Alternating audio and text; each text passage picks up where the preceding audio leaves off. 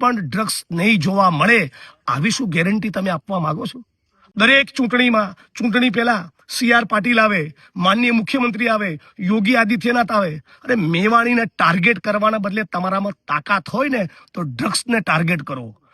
વચન આપતા જાઓ કે વડગામ વિધાનસભામાં ફરી કદી એક દારૂનું ટીપું નહીં વેચાય જિજ્ઞેશજીને કે જેમના દીકરાઓનો ડ્રગ્સનો સ્ટોક નહીં મળવાના કારણે નર્મદાની કેનાલોમાં ઝંપલાવીને એમણે સુસાઇડ કર્યું.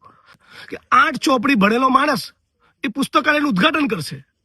તમે જે વિદ્યાર્થીઓને પુસ્તકાલયની દુનિયામાં લઈ જવાની વાત કરો છો એમના મનમાં એવો સવાલ નહીં થાય?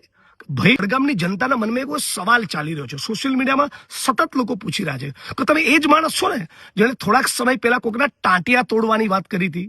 આ ટાંટિયા તોડવાની વાત કરનાર વ્યક્તિ એ નવી પેઢીના વિદ્યાર્થીઓને, યુવાનોને સંસ્કાર પીરસશે. આ માગણીઓનો તમે સ્વીકાર કરો તો તમારો વડગામ આવવાનો કઈ મતલબ છે? વડગામ પધારી રહેલા ગુજરાતના સંસ્કારી મંત્રીનું વડગામની ધરતી પર સ્વાગત છે. મને મળેલી માહિતી પ્રમાણે પોલીસ સ્ટેશનના ક્રીડાંગણ અને સાથોસાથ પુસ્તકાલયના ઉદ્ઘાટન માટે માનનીય ગૃહમંત્રી વડગામ પધારી રહ્યા છે. ત્યારે સમગ્ર ગુજરાતની જનતા અને વડગામના યુવાનો અને ખાસ કરીને વિદ્યાર્થીઓના મનમાં એક સવાલ થઈ રહ્યો છે કે 8 ચોપડી ભણેલો માણસ એ પુસ્તકાલયનું ઉદ્ઘાટન કરશે. તમે જે વિદ્યાર્થીઓને પુસ્તકાલયની દુનિયામાં લઈ જવાની વાત કરો છો એમના મનમાં એવો સવાલ નહીં થાય? ભાઈ, તમે પોતે કેટલું ભણેલા છો? સવાલ નંબર 2, આ વિદ્યાર્થીઓને, આ યુવાનોને અને વડગામની જનતાના મનમાં એવો સવાલ ચાલી રહ્યો છે, સોશિયલ મીડિયામાં સતત લોકો પૂછી રહ્યા છે કે તમે એ જ માણસ છો ને જેને થોડાક સમય પહેલા કોઈકના ટાંટિયા તોડવાની વાત કરી હતી. આ ટાંટિયા તોડવાની વાત કરનાર વ્યક્તિ એ નવી પેઢીના વિદ્યાર્થીઓને, યુવાનોને સંસ્કાર પીરસશે. એમને પુસ્તકાલયોની દુનિયામાં લઈ જવાની વાત કરશે. આ વડગામના લોકો સતત એક સવાલ પૂછી રહ્યા છે કે અમારા એના ખેડૂતોના દેવા ક્યારે માફ થશે?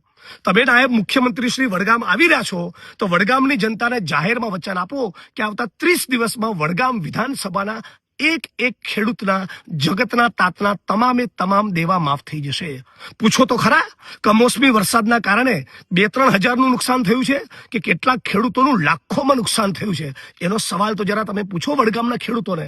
ત્યાં જઈને દેવી પૂજક, માજી રાણા, દલિત, ઠાકોર, આ સમાજના મોહલ્લામાં જઈને એ તો પૂછો કે તમારી કેટલી બહેનો દારૂના કારણે વિધવા બની છે? આ વિધવા બહેનોની આંખના આંસુ કોઈ દિવસ જોયા છે? તમે આવો છો ને તો વચન આપતા જાઓ કે વડગામ વિધાનસભામાં ફરી કદી એક દારૂનું ટીપું નહીં વેચાય જિજ્ઞેશભાઈ, હોય ધારાસભ્ય કે ના હોય, આવી તમે બાંહેધરી આપો ને. બાજુમાં જ થરાદ આવ્યું, ત્યાં શિવનગરનો પણ આંટો મારજો. એ શિવનગરની બહેનો વડગામથી ખાસ દૂર નથી, ત્યાં પણ કહેજો કે ખરેખર તમારે ત્યાં હોમ ડિલિવરી થાય છે એવી તમે જે વાત કરી એ વાત સાચી છે? મળતા તો આવો. પૂછો તો ખરા એ મા બાપને જઈને કે જેમના દીકરાઓનો ડ્રગ્સનો સ્ટોક નહીં મળવાના કારણે નર્મદાની કેનાલોમાં ઝંપલાવીને એમણે સુસાઇડ કર્યું. 25 વર્ષથી વડગામ વિધાનસભાના સર્વ સમાજના ખેડૂતો સતત બોલી રહ્યા છે કે નર્મદાના પાણી, નર્મદાના નીર મુક્તેશ્વર ડેમના કર્માવત તળાવમાં ક્યારે આવશે?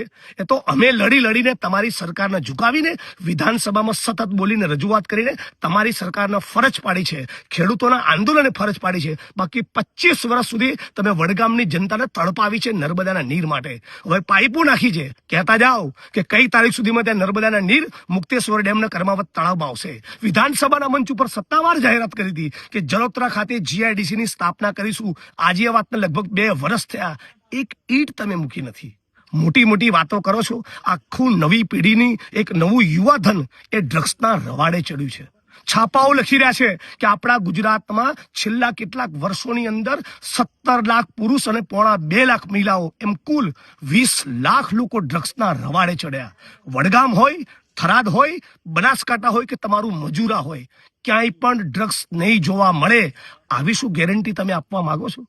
દરેક ચૂંટણી પહેલા CR પાટીલ આવે, માનનીય મુખ્યમંત્રી આવે, યોગી આદિત્યનાથ આવે અને મેવાણીને ટાર્ગેટ કરવાના બદલે તમારામાં તાકાત હોય ને તો ડ્રગ્સને ટાર્ગેટ કરો, કુટણખાના ટાર્ગેટ કરો, દારૂ જુગારની બધી ટાર્ગેટ કરો, ઇલીગલ માઇનિંગ ટાર્ગેટ કરો.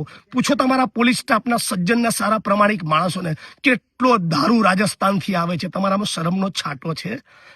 કાયદા અને બંધારણ જેવું કઈ છે કે નહીં દેશમાં? ખુલ્લેઆમ બેફામ મોટી લાઈનો તમારી રાજસ્થાનથી ચાલતી હોય, આજે પણ ચાલે છે. ગામડાઓના દારૂના અડ્ડા બંધ થયા છે. રાજસ્થાનથી આવતી ટ્રકો, ખટારા, એ લાઈનો બંધ થઈ નથી. તો આવો છો તો વચન આપતા જાઓ કે હવે બનાસકાંઠામાં રાજસ્થાનથી આવતો એક પણ દારૂ, એક પણ ટીપું જોવા નહીં મળે. આ તમે કરો તો તમારું વડગામમાં સ્વાગત છે. ધારત ને તો બહુ બધા લોકોને મોકલત. 9મા ધોરણની ચોપડી લઈને. એવું નથી કરવું. આવો છો તો મેં કહ્યું એ પ્રમાણેની ગેરંટી વડગામની જનતાને આપીને જાઓ. વડગામનો ખેડૂત, પશુપાલક અને સર્વ સમાજના યુવાનો એ ઈચ્છે છે કે ગામે ગામ એમના દીકરાઓને નોકરીઓ મળે. જે બાળકો, જે વિદ્યાર્થીઓનો સ્કૂલ ડ્રોપ આઉટ રેટ છે ઘડે. કેટલીક સ્કૂલોમાં આટો તો મારતા જાઓ, કેવું બિસ્માર તમે સ્ટ્રક્ચર ઊભું કર્યું છે ઠેકાણા સ્કૂલોના તમારા રાજમાં. નવી પેઢીના વિદ્યાર્થીઓને નોકરી જોઈએ છે. તમે ક્રીડાંગણનો ઓપનિંગ માટે આવો છો, તમે કોમનવેલ્થની વાત કરો છો, બહુ સરસ. હમણાં 73 ગામનો પ્રવાસ મેં કર્યો છેલ્લા 4 મહિનામાં. ગામે ગામ વિદ્યાર્થીઓ અને યુવાનોએ મને કીધું છે કે જિજ્ઞેશભાઈ, સ્પર્ધાત્મક પરીક્ષાની તૈયારી કરવા માટેના ક્લાસીસ નથી સરકાર બનાવતી. સરકારને કહો કે રમત ગમત માટે અમારે દોડવું હોય, પરીક્ષાની તૈયારી કરવી હોય તો પ્લેગ્રાઉન્ડ નથી. આ માગણીઓનો તમે સ્વીકાર કરો તો તમારો વડગામ આવવાનો કઈ મતલબ છે.